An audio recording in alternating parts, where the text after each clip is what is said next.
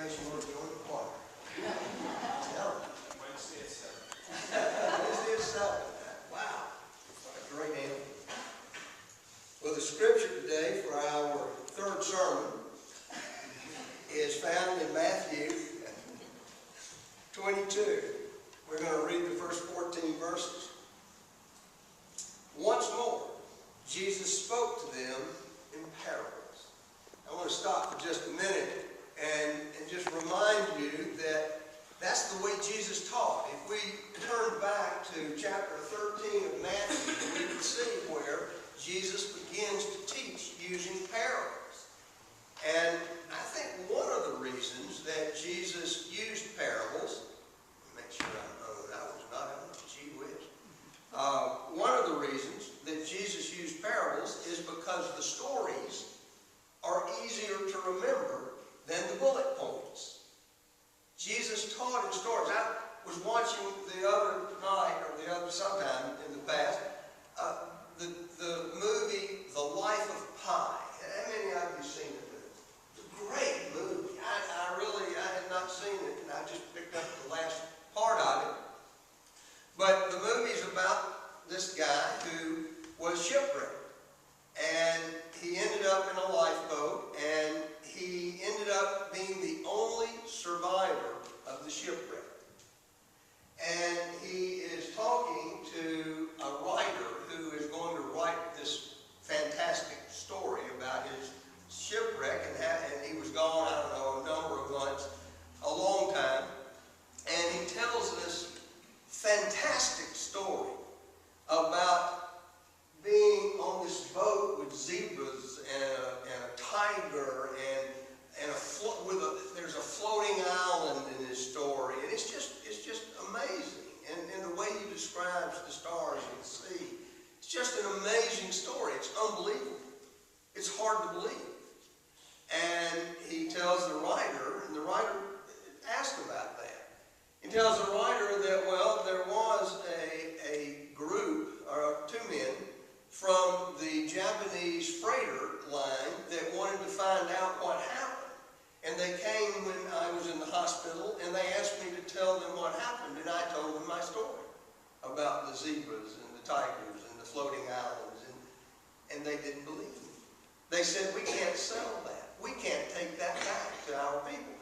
And then he told them a story about a mean cook and a man who broke his leg, and his mother who was killed by the mean cook in the lifeboat.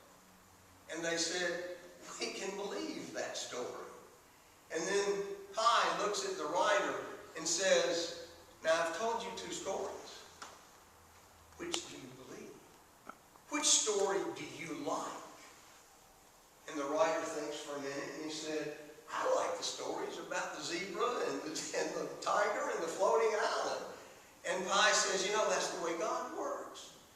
God, the story, the message is that I was the lone survivor of a shipwreck. And it doesn't really matter what is in the content of the story as long as you remember I was the lone survivor of the shipwreck. Well, that's the parables. That's what Jesus is doing in the parables. He's telling us stories. The historicity of them, we know he made them up. There's no doubt about that. But that doesn't make them less true. The truth is in the story. The truth is what we garner from the story and what we take away from the story. So that's why Jesus taught in parables. The kingdom, this is the parable, the kingdom of heaven may be compared to a king who gave a wedding banquet for his son. He sent his slaves to call those who had been invited to the wedding banquet, but they would not come. Again, he sent other slaves saying, tell those who had been invited, look, I have prepared my dinner. My oxen and my fat calves have been slaughtered, and everything is ready. Come to the wedding banquet. But they made light of it and went away, one to his farm, another to his business, while the rest seized the slaves, mistreated them, and killed them. The king was enraged. He sent his troops, destroyed those murderers, and burnt their city. Then he said to his slaves, "The wedding is ready, but those invited were not worthy. Go therefore into the main streets and invite everyone you find to the wedding banquet." Those slaves went out into the streets and gathered all whom they found, both good and bad. So the wedding hall was filled with guests. But when the king came in to see the guests, he noticed a man there who was not wearing a wedding robe.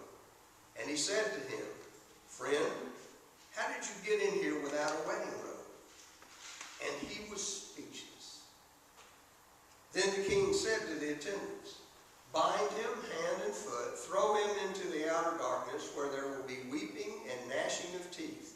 For many are called, but few are chosen." This is the word of the Lord. Thanks be to God. Well, this is the first week in the first sermon in a series of sermons that we are doing with respect to and in relation to our Pledge Sunday that's coming up on November 9. This would be our pledge season. And the Finance and Administration Committee decided that this theme would help us focus on the fact that there is something that we can all do. So we need to find the one thing that we can do that will help further the cause of our congregation, that will help further the life of our congregation, that will help further the witness of Jesus Christ here in this place. And in order to do that, we have chosen 4 topics. The first is do one thing for your relationship with God, which is what we're going to talk about this morning. The second is, and in the weeks to follow, we will be talking about do one thing for family and friends. And then we will talk about, in the third week, do one thing for your church. And then do one thing for the world. And then we will circle back around on November the 9th, and we'll talk again about do one thing for your relationship with God. So it seems to us that doing one thing begins and ends with our own personal relationship with God. So we're going to talk about that this morning. The text that we had has 2 parables in it. I know we've read them as one, and Matthew sort of combines them into one parable. And the parable is, the first parable that we find in this passage is the parable of the wedding feast. Now, in the wedding feast, the king has invited guests to come to his son's wedding party. Now, this would be a very common and ordinary occurrence in the life of people in that era in the Middle East. It was usual for a local potentate, a king, when his son got married, and I would assume this is maybe the first son, because it would be usual for the potentate to hold a big feast. It would be not uncommon for the family to throw this big party to celebrate the wedding of their child, of their son. And so the king sends out the invitations and then sends out his workers, his hired people, to go and bring people into the wedding, and they refuse. They refuse. And so the king decides, well, to heck with them. We'll still have the party, so we're going out and going to invite everyone that we come to. Now, the first group of people were the people who were the powerful people of the land. They were the ones who should come to the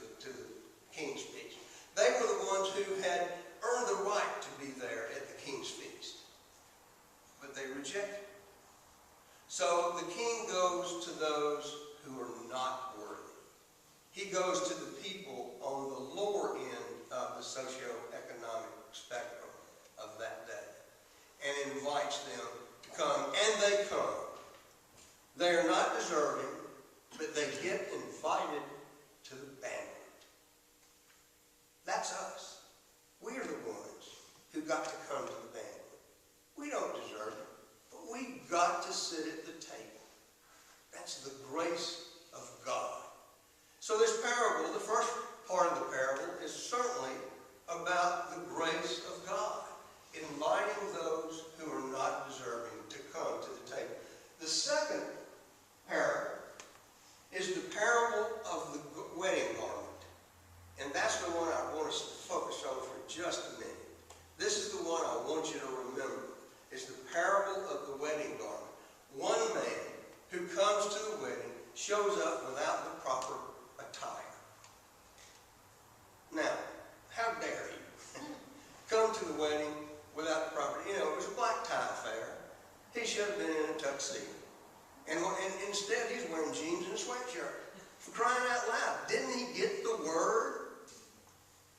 Well, the king is not pleased with the man who showed up. Come on, it's not about his clothing.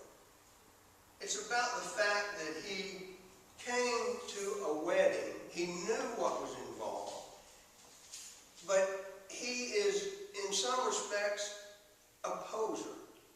The people that come to the wedding are supposed to be celebrating this union of two people. They're supposed to be celebrating with the family. They're supposed to come prepared. And when you come to the wedding, you don't come without a gift. You bring a gift. When you come to a wedding, you don't come dressed in jeans if it's a black tie. And likewise, you don't come in black tie if the invitation says wear jeans and sweatshirt. You come to be with the family. You come, in some respects, to be transformed. See, the man was not willing to be transformed. He wanted to come to the wedding and enjoy the benefits of the wedding, but he didn't want to do anything.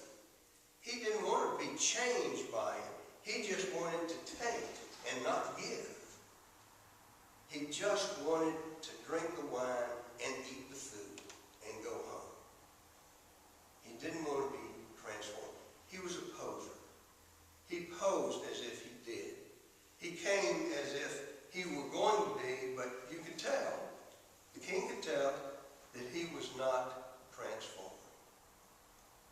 Today, I want you to think about the one thing that you can do for your relationship with God is to be transformed. A couple of weeks ago, we talked about a line from Paul that said, be transformed.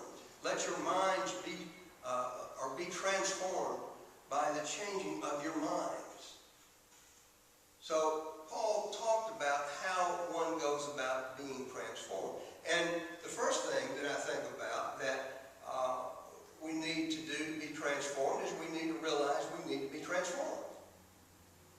We need to want to be transformed.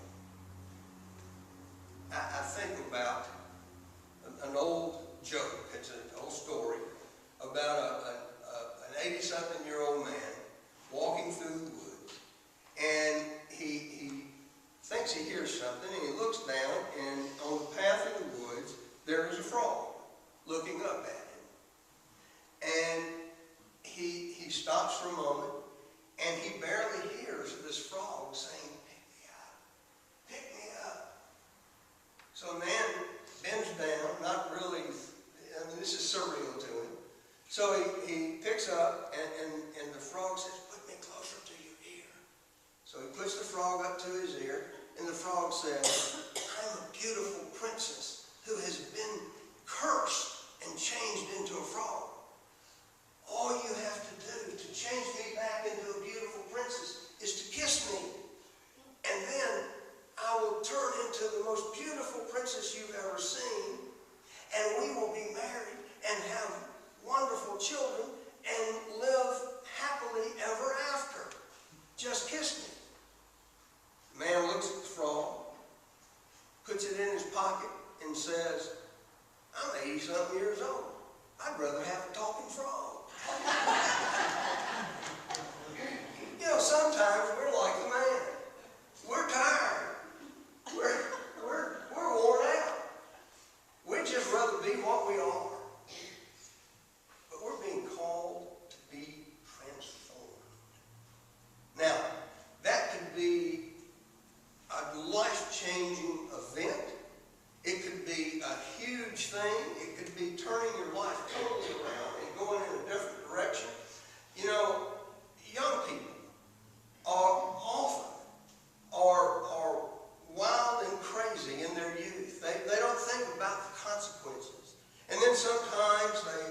someone that they fall in love with, and it changes their life. They have different priorities. They realize that they can't just live for themselves alone, that there's something else in life. You know, I think I've just described half the congregation here. So we know what transformation is. We're usually transformed through love. See, that's the way God works, is through love. So any transformation that happens in our lives, there's a way to test if it's the right thing. Does it come from love? Is it about love? Now, sometimes transformations are incremental. They're small. Now, most of us in this room don't need huge life-changing things in our world. We're good people. We're in church. We don't need to be totally transformed, a total change. But we might need small changes. We might need to think, okay, is there a relationship out there I need to repair? We might think, do I need to examine my giving patterns? There may be small things in your life that need to be changed. This season, what we would like for you to do is think about what is in your life that you can do that would be pleasing to God. We have opportunities every day to be transformed. We are invited to the wedding banquet every day. My great hope is that we will all say yes to that invitation. And that we will prepare to come to the wedding feast. That we won't show up in our jeans and sweatshirts when the invitation said black tie. Let's take